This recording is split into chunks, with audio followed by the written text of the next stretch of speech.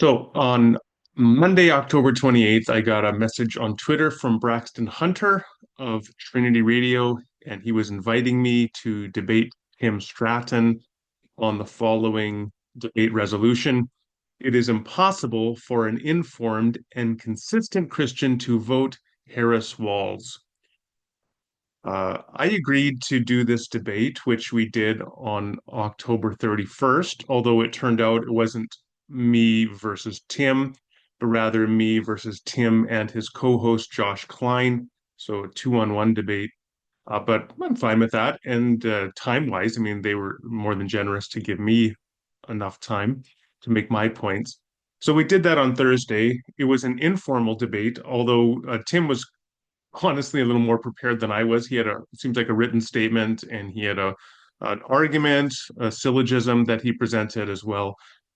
The debate went for an hour and a half. I had said, look, I only have an hour and a half. I have to carve pumpkins because it's Halloween. So they were fine with that. So, in fact, Josh was only able to be present for the first hour. So our debate went for an hour and a half. I defended the proposition that one could be an informed and consistent Christian and vote for Harris Walls. And of course, Tim and Josh were arguing that one could not. The next day, I was traveling to a conference in Toronto that I was speaking at. Interestingly, though, I think that maybe Tim and Josh weren't satisfied with the debate, so they went back on with Braxton Hunter, and they invited me on, gave me advance notice that they're going to do this, invited me to come on to have a quote fact check about the debate. Well, I was unavailable, I was traveling. So they went ahead and did that. And so what I'm going to do in this video is offer a response, something of a response to that. The first thing I want to say is, again, throughout the exchange, I've found Braxton and Josh and Tim all to be very pleasant, and I enjoyed the exchange. Um, Second thing, I probably would have participated had I been available, although their fact check went for 2 hours, just over 2 hours, which is, of course, more than 20 minutes longer than the very debate itself, which I thought was interesting. The next thing I would note is that to call what they did in the second on November 1st a fact check is, in fact, a misnomer. I'm going to fact check that. It wasn't a fact check. A fact check is something that is undertaken by an independent third party. When a debater does a subsequent follow-up, functionally it is a rebuttal to the person that they were debating. So I would say to call that a fact check, and I'm not suggesting any deception or intention on their part to deceive, but it is framing what is in fact partisan rebuttal as a neutral, objective third party fact check, which it isn't. Okay. It is interesting that at the beginning of the video that they were fact checking, Braxton says, take 10 minutes if you want, take an hour, however much time you want to Josh and Tim. And in fact, went on for 2 hours. And I'm going to say, I just don't have the time uh, to watch 2 hours of a rebuttal to our debate. Not that I don't appreciate what they say or that I'm not interested, but I'm just too busy. So in this video, I'm going to interact with the first 10 minutes, and I'm going to probably make one or two other videos, interact with another 10 or 20 minutes. So like I'm going to watch about the first 30 minutes of their response and just see if there's anything there that is noteworthy that I want to respond to. I'm going to assume that they're going to front end load some of the most important and salient points that they want to address. And if they are still unsatisfied and think that there's something huge that I should really address in the other hour and a half, I would invite them certainly to direct me to that, and I would respond to that if it's like a 3 minute clip or something. Um, okay, I will say again, I do really appreciate Josh and Braxton and Tim, and I would not hesitate to share my leftover Halloween candy with any one of them. I want to say something about the value of life. So this is key for them when they're talking about why they would never vote for Harrison Walls. It's because they value life. One of the points that I made in passing, I just didn't have time to develop it in the debate, was, and so this is just getting into some additional information before I engage with some of the things they say in their video, is uh, in terms of the value of life. I talked briefly about how Trump really dropped the ball. Well, first of all, let me say this, that when I talk about, actually, let me back up. Tim at one point says Randall is, quote, not as pro-life as we are. Uh, Now, it's clear that what he's saying there is he's saying that I have a more permissive view of access to abortion during gestation than they do. But when it comes to being pro-life, I'm actually going to challenge that assumption. I think that they have too truncated an understanding of what pro-life is because they seem to limit pro-life to the fetus in utero rather than viewing being pro-life as a comprehensive philosophy of life, the valuation of human life, the protection of all human life. That would include things like more restrictive gun laws, which I don't think that they are in support of, which the Democrats much more are in support of than Donald Trump, who's long been in the pocket of the NRA. It would involve things like a strong social safety net that offers health care for everybody, a universal health care, which is just the gold standard in every other developed nation. Whereas in the US, thankfully, we have Obamacare at least, which offers protection and health care for those with pre-existing conditions. But if you didn't have Obamacare and you only had private health care, how does a person get health care insurance when they have some pre-existing condition? That means that the insurers don't want to insure them, that they're not a good business to insure those people because of the high cost they're going to be to the system. That is a concern to me because I'm pro-life. How refugees are treated and how their legitimate claims for asylum are treated on the southern border is a concern for me because I'm pro-life. At one point in the debate, Josh says, and I didn't even bring up Trump's response to child separation, but Josh brought up the point where he says, well, it was Obama who had kids in cages. Now, the kids in cages phrase is a common talking point, but what is really key here is to appreciate it was Donald Trump's administration that uniquely implemented a child separation policy, practice of separating children from their parents as a means of a deterrent for further claimants to refugee status on the southern border. It was a retributive act meant to be a deterrent, a retributive act against them meant to deter others from claiming asylum on the southern border. And this led to more than 5,000 children being separated from their parents. And some of those children, hundreds of those children, have still not been reunited with their parents today, years later.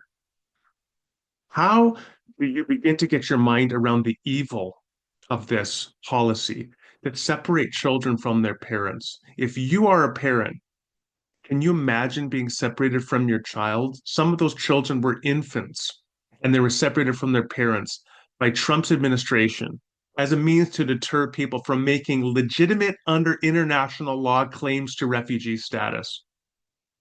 I don't know as a parent how I would function not knowing where my child was. And then when they are, some of them reunited after years, what is the damage, the irrevocable damage that has been done to that family unit?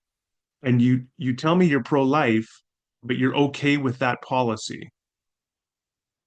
I think we have a different understanding of what it is to be pro-life. So to be pro-life also means to value public health care. And Trump was honestly very bad when it comes to public health care. Um, he has promised in his next administration to have an anti-vaccine conspiracy theorist, Robert F. Kennedy, to potentially, Kennedy himself has said that Trump wants to put him in charge of the National Institute of Health. And Trump has talked about having Kennedy, quote, go wild on health.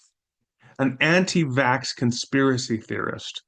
I'm pro-life, I don't want to see Robert Kennedy anywhere near the National Institute of Health. And how did Trump himself handle the COVID-19 disaster? I've been flummoxed. I've been stunned by people in the Trump administration and in his reelection campaign having the temerity, having the audacity to ask the question, are you better off now than you were 4 years ago? 4 years ago, the United States was locked in a pandemic, and the death rates in the United States were much higher than in other developed nations. They were like double what they were in Canada. And that came back directly to the policies Trump administered, as well as to misinformation that he promoted. For example, here's an article from 2020 from The Guardian. US could have averted 40% of COVID deaths, says panel examining Trump's policies. We go down to the bottom. It says there, this is just the introduction of the article. The US could have averted 40% of deaths from COVID-19 had the country's death rates corresponded with the rates in other high income G7 countries, according to a Lancet commission. And here's an article published a year later in the International Journal of Health Services, quote, estimating the COVID-related deaths attributable to President Trump's early pronouncements about masks. So this is just one sliver of the Trump response. And if you look in the abstract here, it says, assuming Trump's pronouncement to have caused 25, 50%, and 75% of the non-use of masks, estimates of Trump attributable COVID-19 deaths to date would be respectively 4,200, 8,300, or 12,000. So, in other words, things that Trump himself was doing were directly leading to further unnecessary deaths due in COVID-19.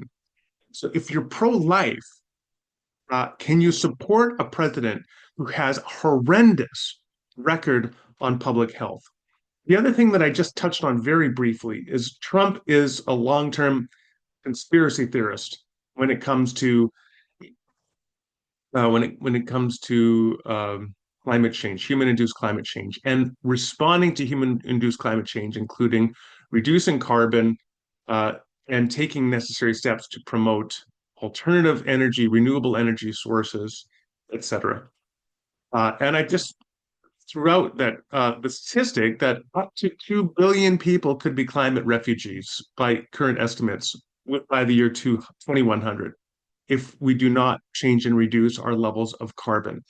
If you value life, if you value human life, if you value people not, for example, being drowned in superstorms and hurricanes that have gotten worse because of COVID-19, if or forest fires that have gotten worse because actually COVID-19 because of climate change, or forest fires that have gotten worse because of climate change. These are precisely the kinds of things that should lead you, if you value life, if you are pro-life, to support a pro-life president when it comes to science and seeking more sustainable approaches to energy in the long term. So, I mean, there are multiple lines of evidence that if one's pro-life, they should be thinking Democrat rather than Republican. But even that's not my burden and was never my burden to argue that in this debate. My burden simply was to say you could reasonably, as a Christian who's informed, vote for Harris Walls. Not that you should necessarily or must, although I think you should. But the burden of the debate was simply you could. And I think there's ample evidence for that. I think that it's Tim and Josh who have a truncated vision of what truly being pro-life should look like. Uh, One other thing I want to talk about here, and this is an enormous, incredible irony to me. Their vision of pro-life, as I said, is in utero. It's from fertilization onward to parturition. So from the origin of the human organism at fertilization to birth is the scope of what they really mean when they talk about being pro-life. But here's the enormous irony. Trump himself is not pro-life on that ground at all. And there are two reasons for that. One reason I talked about explicitly in the debate, I said that Trump has taken the position, although he's been a notorious flip-flopper. Like back in the day, he was talking about even imprisoning women or punishing them legally if they seek abortions. And then he was talking about a potential abortion national bans, wanting to repeal Roe, and now he said his position has been send it back to the state. So let each state decide the level of access women should have to abortion. And I said, if you are pro-life, just in utero, as him and Josh are, if you're pro-life in utero and you support that, that's like being an abolitionist and supporting a person who says we should send slavery back to the states, right? Let the South decide if they want to have slaves or not.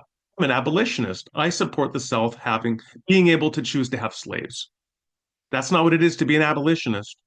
And by their own terms, if they want to seek the abolition of abortion and they're supporting someone who supports having abortion in states as long as however those states want to define that, that's Trump's position. I think that's pretty morally incoherent. But here's the second thing I didn't talk about, I believe, in the debate. There's just too much to talk about.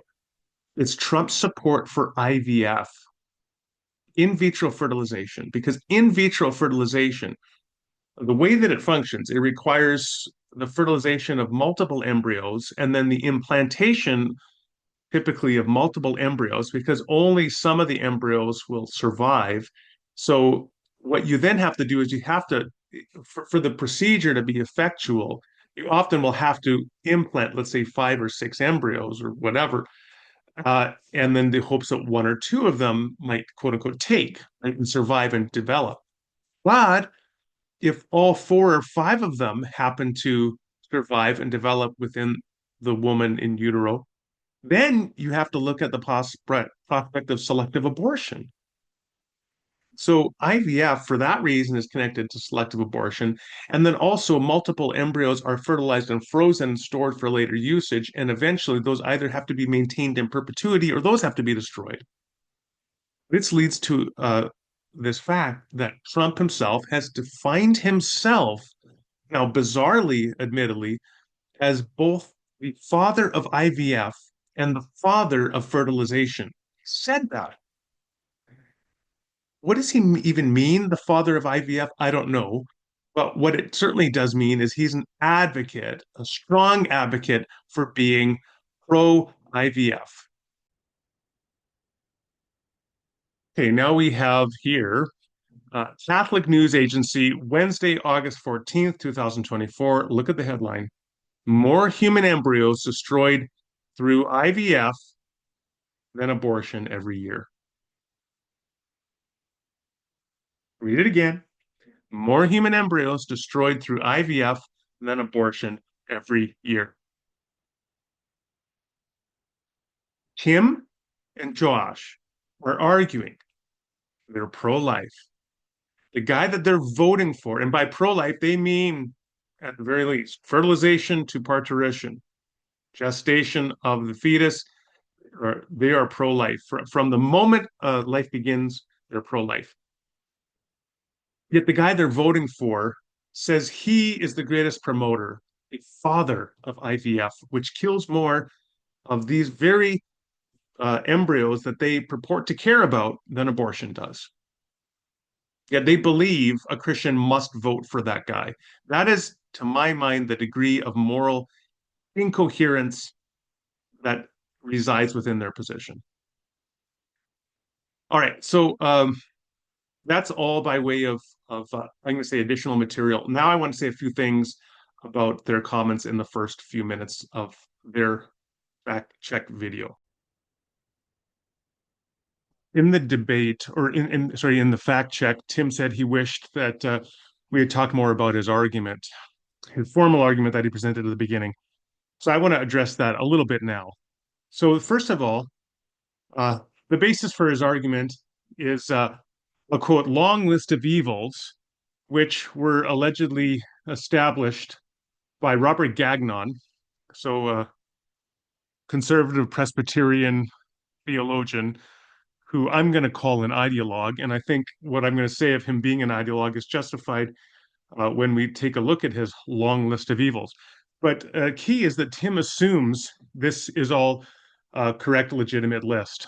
So let's look at it. Now, I'm not going to look at the whole thing, But I'm going to look at just a few of them. So one of them, one, two, three, four, five, six, seven, eight, nine down says persecution of one's chief political opponent as though the US were a banana republic. So one of the long list of evils of a uh, Harris Walls presidency would that they would prosecute their political opponents as though the US were a banana republic.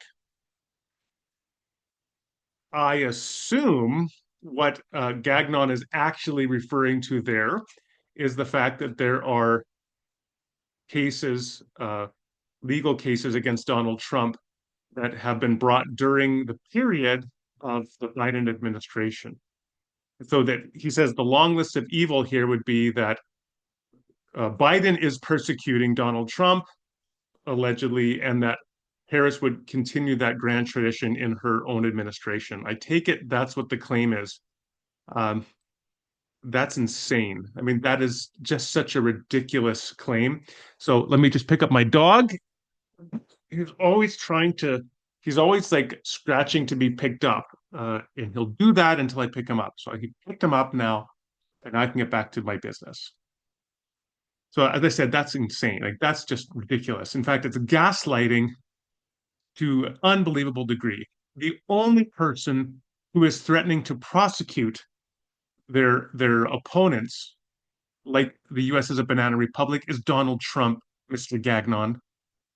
It's Trump back in 2016 who was encouraging chants of lock her up for his political opponent.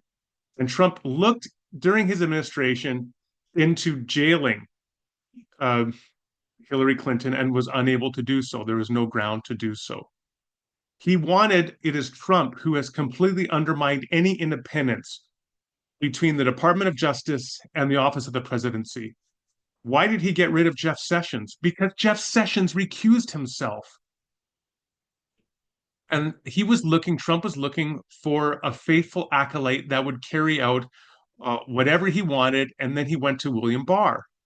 And of course, ask yourself why William Barr was no longer the head of the Department of Justice for Trump as well.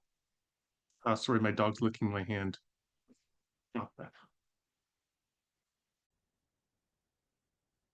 So when William Barr was interviewed uh, with the House Select Committee with respect to the January 6, 2021 attack on the Capitol, he described the election fraud lies that Trump invoked as a justification to undermine the 2020 election. He referred to them as, quote, bullshit, crazy, amateurish, and total nonsense. So even the person that Trump chose to replace Jeff Sessions and to weaponize the Justice Department himself called what Trump was saying and doing bullshit. Uh, Yet, I think what Robert Gagnon wants us to believe is that the January 6th Capitol, the investigation of that, the indictments against Donald Trump are somehow retribution against him. Well, I would simply commend, as I said to Tim uh, uh, and Josh during the debate, is read the indictment that outlines everything that Trump did, culminating in January 6th, uh, attempting to get the electors to vote, electors that had been represented, populations that had voted for Biden to in fact vote for Trump, and then trying to get Pence and pressure him not to certify the election. And Pence, I believe, reached out actually to the judge, Michael Ludig, and Michael Ludig said, you cannot do that. And Pence bravely decided he would not validate or he would not invalidate the legitimate results. He would validate them on January 6th. And then that led, when the Capitol riot broke out, to Trump's goons calling for Pence to be hanged, to be executed. And Trump, as I noted, I'm going to commend you to watch the debate, the original debate I did, where I lay out some of the evidence for Trump's own resistance to democracy, beginning with like calling for Hillary Clinton to be locked up and so on. But Trump has repeatedly said in this cycle things like "I am your retribution." He has talked about the media being the enemy of the state. He has talked about retributing against media institutions he doesn't like CBS News, shutting down MSNBC, shutting down the Washington Post. He consistently makes these threats. And then he refers to his political opponents as enemies of the state, or enemies from within, I should say. And he explicitly names some of the enemies from within as being Nancy Pelosi uh, and Adam Schiff. He is also, I believe it was Mark Milley, who worked within during the Trump administration, has expressed concern that Trump will have him court-martialed. I mean, there is endless evidence for the fact that it is Donald Trump who treats the government, who is treating it like it is a petty fiefdom or it is like a banana republic. It's not Joe Biden. It's certainly not Kamala Harris. Uh, what and so I mentioned the January 6 indictments. I would also say look at the other set of indictments for the stolen documents and also for the Georgia election scandal, where Trump pressured is it Raffensperger? Hold on, let me get his name right. So it was Brad Raffensperger. Trump calls, the phone call has been recorded. I mean, it's been publicly available for several years now, where he requests a specific number of votes that need to be found in order so that he can win Georgia. It was clear election interference. Uh, and then there's, of course, the case that's already been decided. But actually, let me come to that in a moment. So each one of these have been this was evidence that the prosecution presented in front of a grand jury of independent people. And the grand juries in each case decided that there is sufficient evidence to warrant indictments. What um, sorry, what Robert Gagnon wants you to believe is that I guess each one of these independent grand juries is in fact somehow in the pocket of the Biden administration, and that this is some grand weaponized conspiracy of grand juries being controlled by the Biden government. This is pure conspiracy nonsense. There's no evidence that these independent grand juries have all been controlled by the Biden administration. I mean, for goodness sake, Trump has a history of legal problems going back 50 years. As I said in our debate, to the FBI investigations of him in the 1970s, 1974, 1975. I cited examples of Trump University and the Trump Foundation being shut down as both of them corrupt, and Trump being sued millions of dollars in each case. I gave the example of the case where Trump was fined $374 million, I think it was a couple years ago, because of artificially inflating the property values, or was it 1 year ago? Anyway, artificially inflating property values. Um, so a fraud, business fraud. I mean, the guy is an absolute criminal. The fact that he is getting indictments from grand juries is not some conspiracy from the Biden administration, as Robert Gagnon wants us to believe. This is a fact of when criminality actually catching up to them. And so the last example, where it went not just from the grand jury, but to a jury of one's peers in New York in May of this year, where Trump was found guilty on 34 felony counts. Um, on this, what I hear from the far right MAGA Trump supporters is they're like, oh, well, that was a New York jury. So suddenly now we don't trust the juries in states where a majority of the population happens to vote one or another way. I mean, this is just so infuriating and so irrational and ad hoc. Uh, do you not know how juries are selected? Do you not know that the defendants' lawyers have the right in jury selection to reject prospective jurors? You don't just throw out the entire jury system because you think Donald Trump is being put upon. And yet, that is the entire premise underlying this absurd claim of weaponization and the allegation that somehow Kamala Harris will turn the US into a banana republic when it is Donald Trump who's consistently lawless. So let's look at one more example, actually, two more examples from the long list of evils that Tim uses from Robert Gagnon.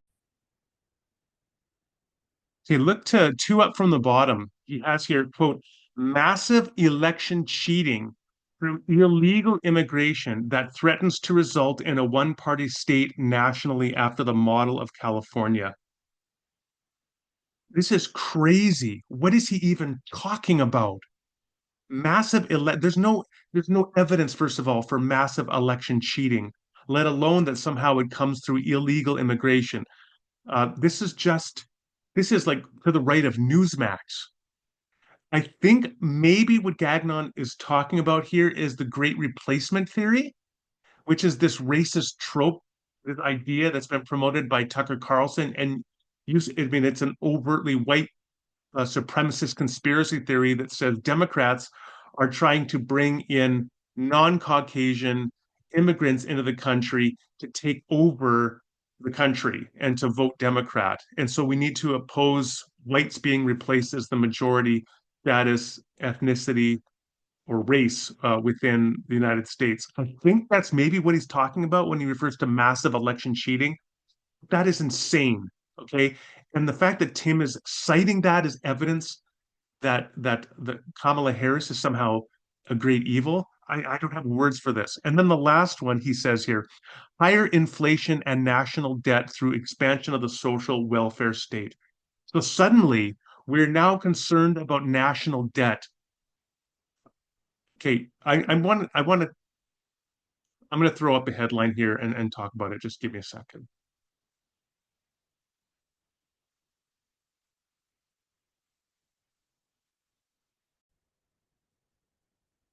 Okay, so remember, Gagnon's great evil for voting for Harris is that they will incur debt by expanding the social safety net. All right. According to ProPublica, this is just public information that Donald Trump exploded the national debt. And I'm going to quote here, Donald Trump built a national debt so big, even before the pandemic, that it'll weigh down the economy for years. And that explosion came through the tax cuts that Trump offered, which favored millionaires and billionaires. So Robert Gagnon thinks it's fine for Trump to explode the national debt when it favors tax cuts for millionaires and billionaires. But it's a great evil if Democrats increase debt by expanding the social safety net for the least of these. And that's the great evil. That's the last of the great evils on this ridiculous list. So we didn't have time to talk about that in our debate, but I repudiate this ridiculous list from this far right theological, ideological, Presbyterian partisan, Robert Gagnon. And I don't think Tim is serving well by basing his argument against Harrison Walls on that absurd list. Having said that, I'm now going to turn and briefly address the argument, the formal syllogism that Tim presented as well.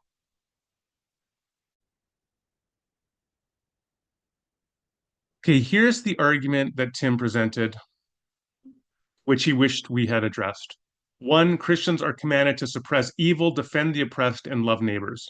Two, if one uses their power to advance the evil set of policies advanced by Harrison Walls, which literally brings death and destruction upon our neighbors, one has failed to suppress evil, defend the oppressed, and love neighbors.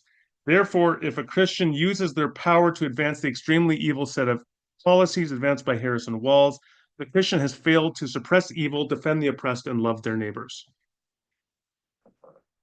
So note, first of all, that again, this argument is based upon evidence in the list of 15 great evils from Robert Gagnon, which is an absurd list and should be repudiated. So Tim will have to find another list of evils, or at least reassess the list from Gagnon and see which of them is possibly defensible.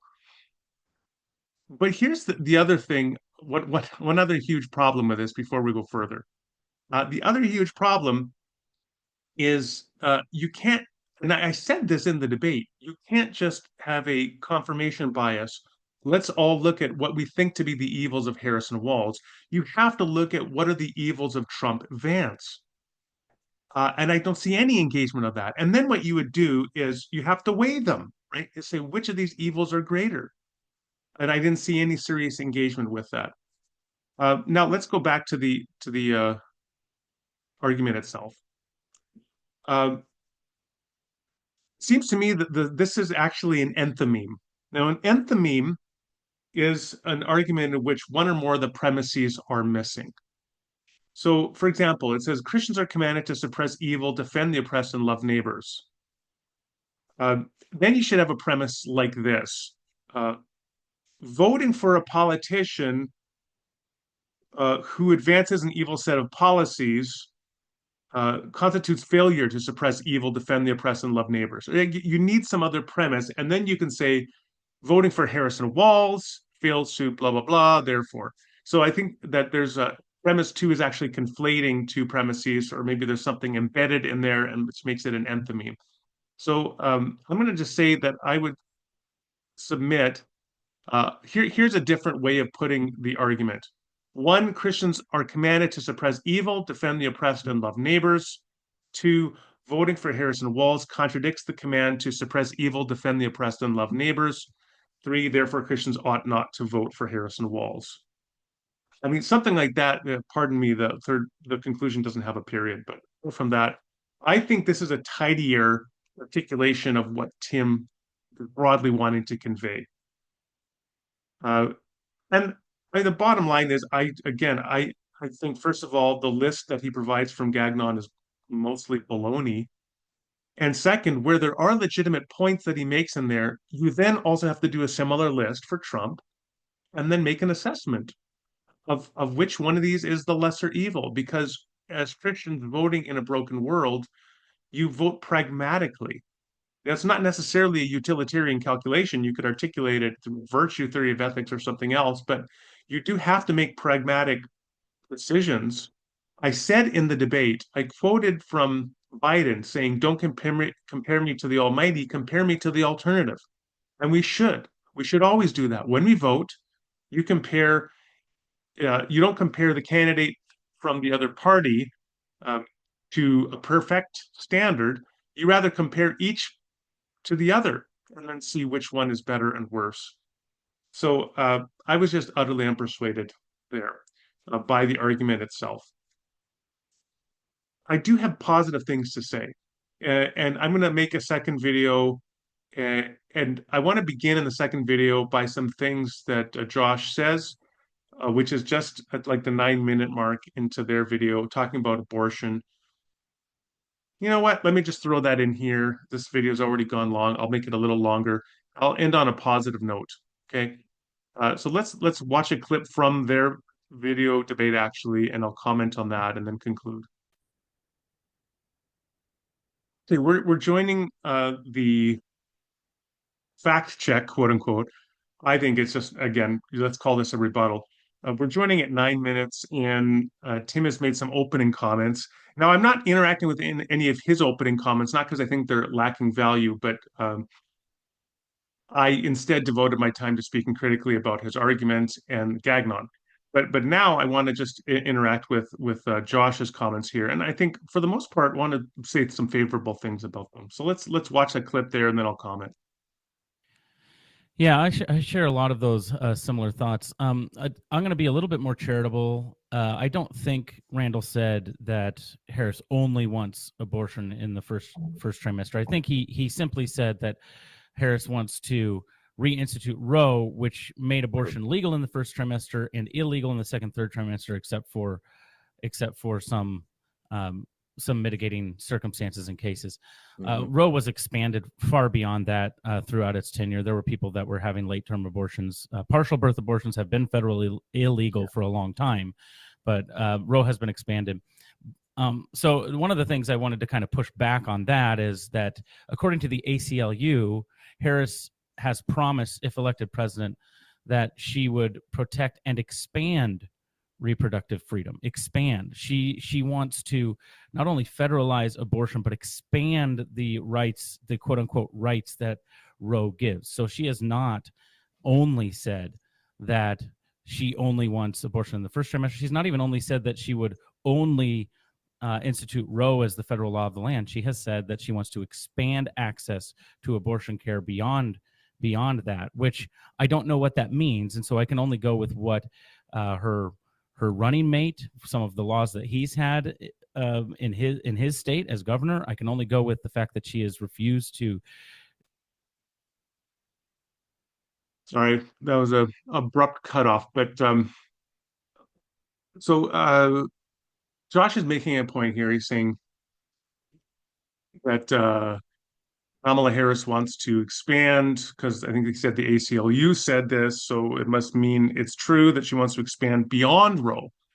While I explicitly, what I've seen her say time and again is she wants to reestablish Roe as the law of the land. But to establish it as the law of the land, not just rooted in a Supreme Court decision, that would be an expansion. So you don't actually need. So what Tim goes in is saying, I'm going to look at what Tim Walz, sorry, not Tim, Josh, what Josh says is I'm going to look at what Walz has done as a clue for how she would expand. And that's not a legitimate way to reason. Um, all you have warrant to do is to say that she wants to expand in terms of establishing Roe as something that can't be taken away by a future Supreme Court. That would be an expansion, a national protection of abortion along the lines of Roe, but nationally. So it doesn't warrant saying more than that. So when Josh says, I'm going to assume that whatever her vice president candidate has done in his state, she would now do nationally, is just no warrant for saying that. Um, and another thing to keep in mind here is that the tail doesn't wag the dog. That doesn't happen. Vice presidents are relatively impotent when it comes to shaping the president, unless you have maybe a Cheney standing behind George Bush. That was more of a unique situation.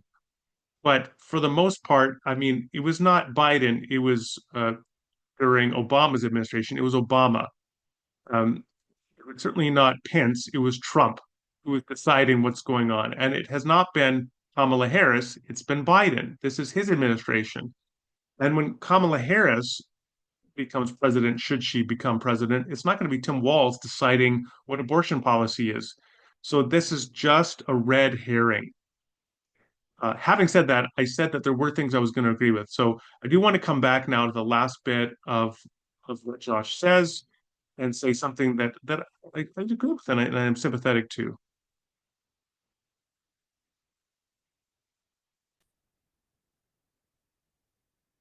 Okay, so now Josh is going to talk about his concerns with Tim Walz and his state's approach to abortion. Has refused to even answer questions about care on botched abortion. She hasn't even answered those questions, whether or not that is something that she would be for or not. And so it seems like, to me, if she wants to expand the care, all I can do is say, well, she chose a running mate whose state has it legal through all 3 trimesters, and also whose state has, according to its own records, allowed at least 3, maybe 5 babies to be born through botched abortions to not receive any care, right, any life-saving care. No measures were taken, that's according to their own state, to save them. And so it seems to me that she's radical on abortion, very radical. And I don't agree with Trump's stance, but like we said, he gives a fighting chance. So he says, at least Trump gives a quote fighting chance for what, I don't know, I guess for protection, legislative protection at the state level. And I guess giving a fighting chance is better than whatever the Harris administration would do. But I already pointed out the problem with that in terms of an abolitionist perspective. And again, I want to say the absurdity of saying you care about pro-life when Trump boasts about being the father of IVF. He's not giving a fighting chance to all those fertilized embryos that are going to be destroyed. So what about that? Having said that, I do want to say I agree with Josh when he points out the concern, for example, about what do you do with fetus that is born through a failed abortion and then is not giving life-saving care. Seems to me obviously to be a great evil. Years ago, 30 years ago, I read Bernard Nathanson. Now, Bernard Nathanson back in the 1970s was an abortion doctor, and I believe one of the co-founders of NARAL, that I think then it was the National Association for the Repeal of Abortion Law. And then Then Roe v. Wade was established, and then NARAL, I think, was renamed. Anyway, he was foundational in NARAL, and then he became a Catholic, and he wrote his book, which I forget the title of, but where he talks very movingly about the great moral incoherence that on one level of the hospital you could have um, well, you could have a baby being born, let's say at 23 weeks or something, and then life-giving care and intervention is being undertaken to save the life of that child. But elsewhere in the hospital, you could have a failed abortion and you could have a fetus being born, hence a baby at that point that is not given the same life-giving care. And there's this fundamental moral incoherence there. And I agree with that. I'm pro-life. Uh, there's a big there's a big problem there and a big tension. And now I'm going to begin the next video by talking about where Josh addresses my argument for ontological development through in utero. So we'll talk about that later. But I concede that concern there. But that's one factor. Here's the thing, that is one factor. You're concerned about how many fertilized embryos would be destroyed by under a Trump administration should be another factor. Again, don't compare Kamala Harris to the Almighty, compare her to Trump.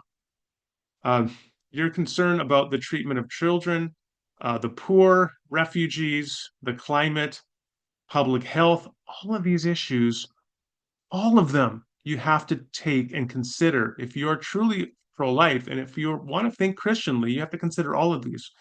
And to claim and to argue that Harris-Walz leads to a great evils that could utterly undermine any moral justification for an informed Christian to vote for them is, to my mind, just utterly indefensible.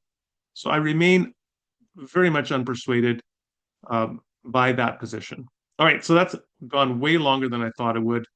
I probably don't have the energy to interact with 30 minutes of their video. I'm going to probably make a much shorter video, hopefully, and interact with a little bit more, because otherwise we could talk about this interminably. I do hope that if you're an American and you are voting in this election, that you recognize that you can vote for Harris-Walz as an informed Christian.